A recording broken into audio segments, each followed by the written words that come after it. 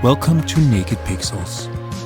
Short clips with advice from the Naked Texture Artist podcast, where my guests answer questions all artists struggle with. Enjoy.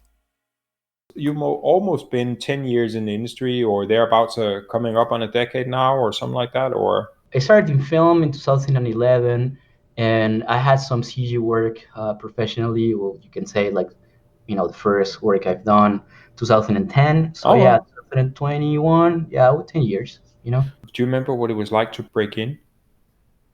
Yeah, I would tell you breaking in CG for film, right? So I had some experiences before. In film was, I remember like the first time I go to a CG studio, it was Rodeo Effects. It's a great place, and it was really random, dude. I was contacted by one of their lead modelers at the time, super talented guy, and he sent me a message, and I was working at a completely different thing. I was working in marketing and working on my reel because I just got out of school, right? And he told me that he was needing somebody in modeling, right, working night shifts. So I went there. But here's the thing: they asked me if I knew Softimage XSI, and I didn't. I knew 3D Max, right? But you know, You I figured I'd just learn it and... well, I mean, I told them, but I probably should have known that it was gonna be more tricky than it actually thought it was, for a first job, because it's a first software. I mean, sorry, it's a first film studio you're working on, and it's a new software, and you're working at night shifts. So it was a little challenging, but I definitely really enjoyed the experience because that's what got me started in film, and I really like the studio. So I appreciate that opportunity for sure.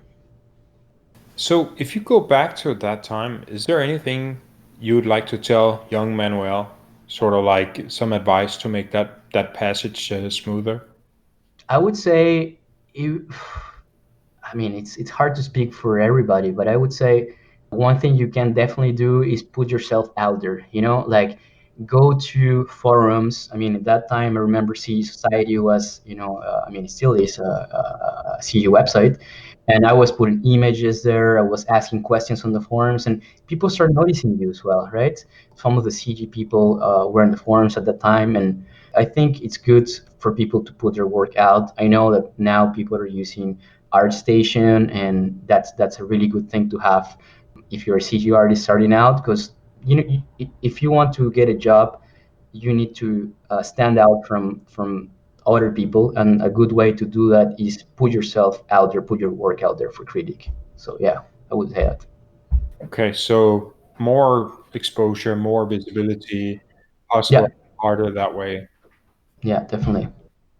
Was there any sort of turning points along your career where after this point, let's say, finding work became noticeably easier, or maybe your skill level or your approach to the work changed, like more than a gradual change, a gradual improvement, but like where something clicked for you and all of a sudden it's like you're turning a corner.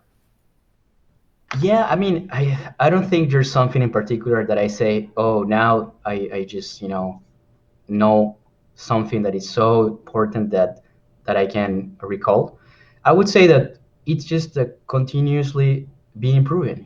Every single job, every single show you have, you need to be constantly growing. And I would say something on that regard: never take something for granted. Never take yourself for granted, and never take your work for granted, because there's always room for improvement, and there's always room for improvement for the work and for your perspective about work as well, Okay. so I think that, yeah, I mean, there's just each show has something new.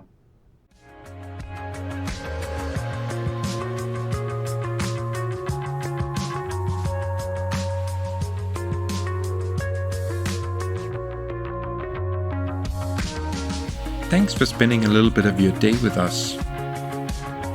We have a tiny bit of housekeeping to do on the way out.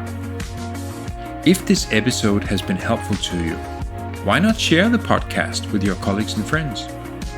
If you'd like to support the podcast, I'd appreciate if you bought me a coffee. You can do that on Ko-fi. That is spelled Ko-fi gmail.com/The Naked Texture Artist. One word. If you have suggestions, comments, or questions, I'd love to hear them. Feel free to drop me a line on thenakedtextureartist@gmail.com. That is The Naked Texture Artist written out in all one word @gmail.com. As I mentioned, having a busy day job in visual effects means my release schedule for this podcast can be a bit irregular. So if you don't want to miss out, subscribe to The Naked Texture Artist wherever you get your podcasts. Or follow the podcast on the socials, then you'll be alerted when the next episode drops. The music in this episode was Awake by Tycho. Nick Sifoni helped put the sound together, and everything else was done by me, your host, Marque Pierre Sondergaard.